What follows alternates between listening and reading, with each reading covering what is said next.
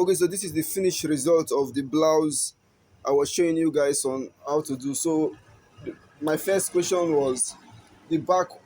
When fixing your back to your front, it always gives you issues, and I have handled that as I showed you on the video. I have handled that. So this video now, I'm going to upload it in two different videos which I make. So you might see it on the one for the back, how to handle the issues, one for the difficulty in fixing your back to your front, and the excesses at your side. And the other video is for your armhole. I don't know what somebody said, the armhole is always too rampant or too porous. Let me use that grammar. Too porous, like it's always excess at the armhole. So I have done that, and I have done that explanation.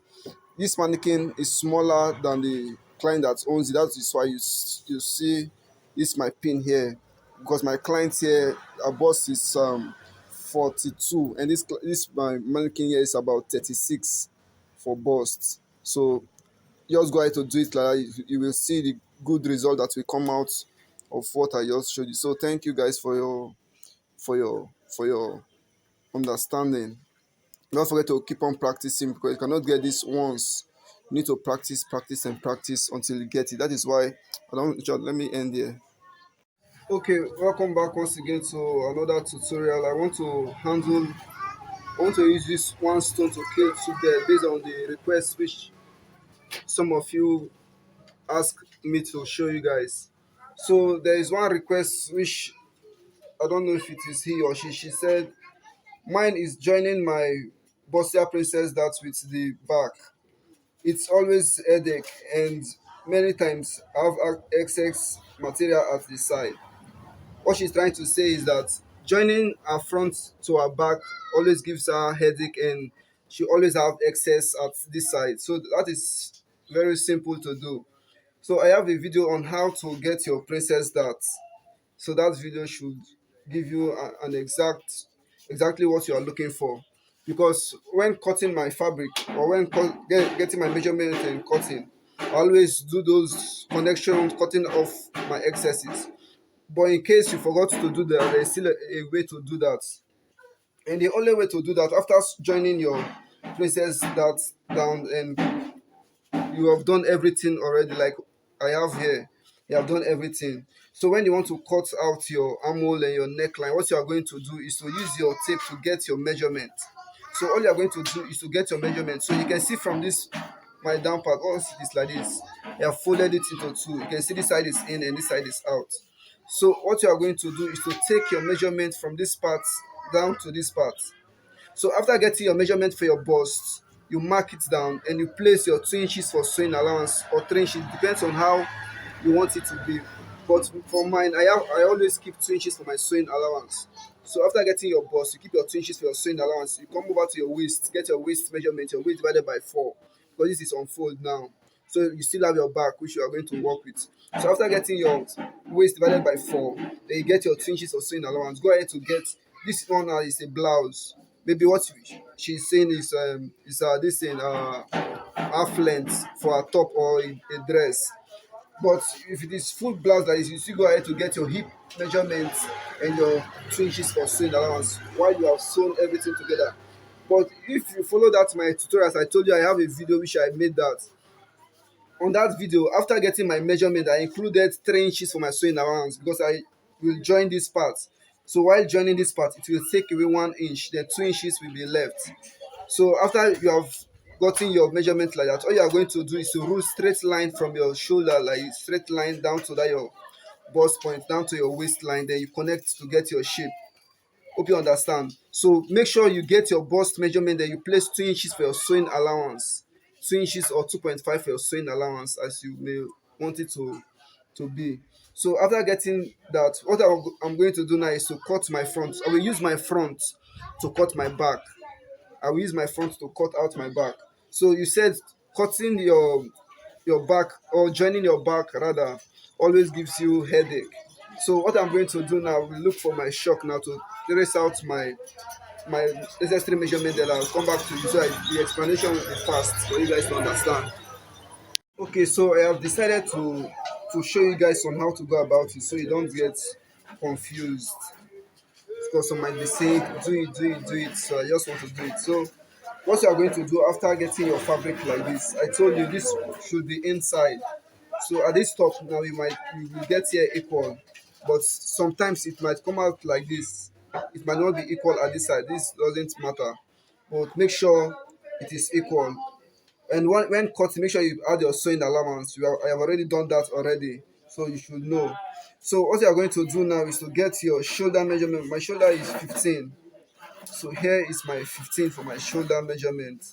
7.5, 15 divided by 2 will give me 7.5.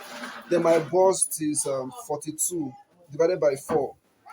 My bust is 42 divided by 4 will give me 11. 42 divided by 4 will give me 10.5 rather. So 10.5, which I have here. So I have my 10.5 right here. So what I have here now is 2 inches for my sewing allowance. So you can see, look at my 10.5 right here, 2 inches for my sewing allowance. That's what I always use. So after getting 2 inches for my sewing allowance, what I'm going to do now, I will get my armhole measurement. And how to get to armhole measurements, you should know about that. So you can see me coming up from this part. I'm starting from the end part of this part, the ending part of this. So whether this one comes down than this other one, what you're going to do is to take a measurement from this end part, the one that is out. So I will take 1 inch from here, 1 inch for my shoulder slope. Then my armhole 8. How to get your armhole is your bust divided by 6 plus 1.5. So after getting my shoulder slope from here to here is my bust divided by 6 plus 1.5. After getting it from here to here, I will rule all the way down to my shoulder measurement, to my shoulder, which is from here to here. Then from this my main bust, from here to here is my bust, from here to here is my bust, then here my sewing allowance. From my bust here, I will connect it all the way to this part.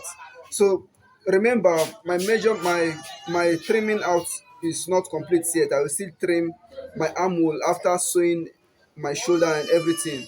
I will still get my original armhole. I will still show you guys on how to do that. So that will work for the other person that the other person said. The other person said, after sewing princess Bosia blouse, I will have excess at the armhole. Okay, you will have excess at the armhole. You always have excess at the armhole after sewing everything. So I will go handle that when I get to that point. So what I'm going to do now is to get my neck. After getting my shoulder is to get my neck. My neck width, I will use 3 inches for my neck width, 3.5 rather. That's what I have there. Then the depth of my neck will be 7, as you wish, as you want yours to be. So I just want to give mine some design like this. Okay, let me use 4 inches. It depends on how many you want it to be. So I want to go with 4. I want it to be open a little bit.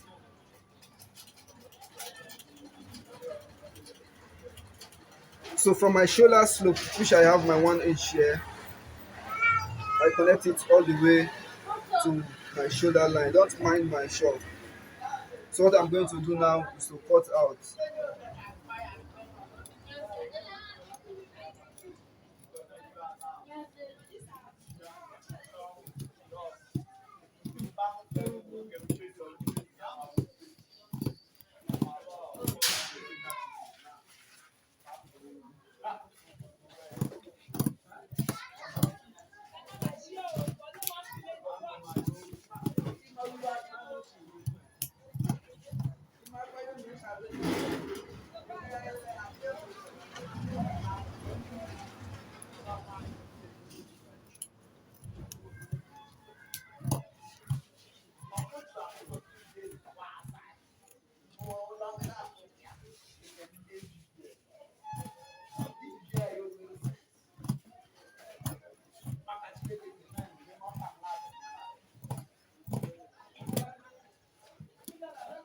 Okay, so you can see what I have here now.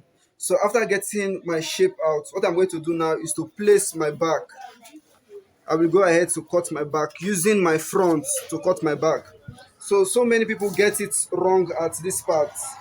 They always want it to be equal, and it doesn't work like that. At this part, I have had several complaints about this. Several complaints have been coming about this. So pay close attention. This might help you.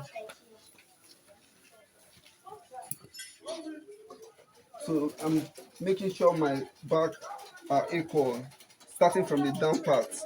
Your down part must be equal for your back. So once it is like, what I'm going to do now is to place my front on my back. As I told you, I have a video now to cost your princess that. So after watching that video, you should get the same result as what I am doing here. Get the same result as what I'm doing here. So what you are going to make sure is your down part should be equal for your back, should be equal with your front. So after placing my front to my back like this, so you can see this. Hope you can see this side. So this part right here now, you can see this part is equal with my front. So if it is equal with my front now, the excesses at this my back, I am going to trim it to correspond. I'm going to trim these little excesses at this down part to correspond with my front. Hope you can see what I just did now. So it has corresponded with my front English. So what I'm going to do now is to make sure I correct this error. So you can see it now. If the back is longer than the front, it always happens like this. Whether it is an half cut you are making, or whether it is half length you are making, or full length for lace blouse, your back is always longer than, will be always long, or English. It will sorry please, the back will always be longer than the front. Your back will always be longer than the front by 1 inch, but based on my trimming of this down part, trying to correspond with this side to my back, so what I have here is about half inch. So what you are going to do now, from this your point here, you are not going to include these excesses. You are not going to include these excesses. You are just going to use from here, now, to get your neck shape for your back. You know your back is always higher. Your back is always higher than your front. So I will use like this now to get my back. So your back normally, it depends on what your clients want. Some might want it to be low, some might want it to be high. It depends on what they want. But if your back is always higher than your front. So what I'm going to do now is to trim. The back is very easy to make. Just use your front to get your back. So trim it all the way to your opening here, then get your shape.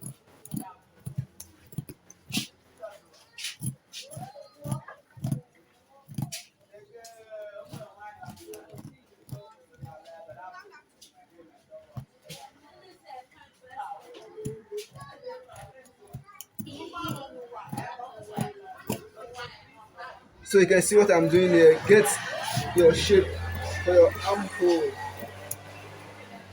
So you can see my back, which I trimmed out just now. So you can see my excesses at this part. You can see my shoulder, my neck, shoulder part. You can see the excesses. So this is what you should have. Use your front to cut out your back. It will come out like this. So the next thing you are going to do now is to cut your lining. So I will go ahead to use my lining. I'm going to place my lining. I have done this before. I will go ahead to fold my lining like this. I don't want to waste much time, because even me too, I don't have time like that. So I need to be quick about this. So I will go ahead to fold my front like this. So you can see what I'm doing. Fold it like this. Then I'm going to place my front on my back. I have a video on how to go about this. I'm just briefing you guys on what to do. So after placing it, you must make sure this your shoulder line will be equal with your lining will be equal with your front, with your main fabric for the front. Not everything to be equal like this. We trimmed out like this, so you should have at least this part here should be equal with this upper part. You don't have to make this side equal as well. So like what I have here now. So what I'm going to do now is to trim exactly the same shape of this out. Then at this part, I'm going to reduce about 0.7 inches to 1 inch, so that it won't show after sewing everything. So I will do the same for my back. Then I will sew everything. So my next video which you are going to see now, I have sewn everything. I want to handle the one for this armhole that is always excess. So I am done with this one. I might no, I will do a separate video on that. So see you guys in the next video.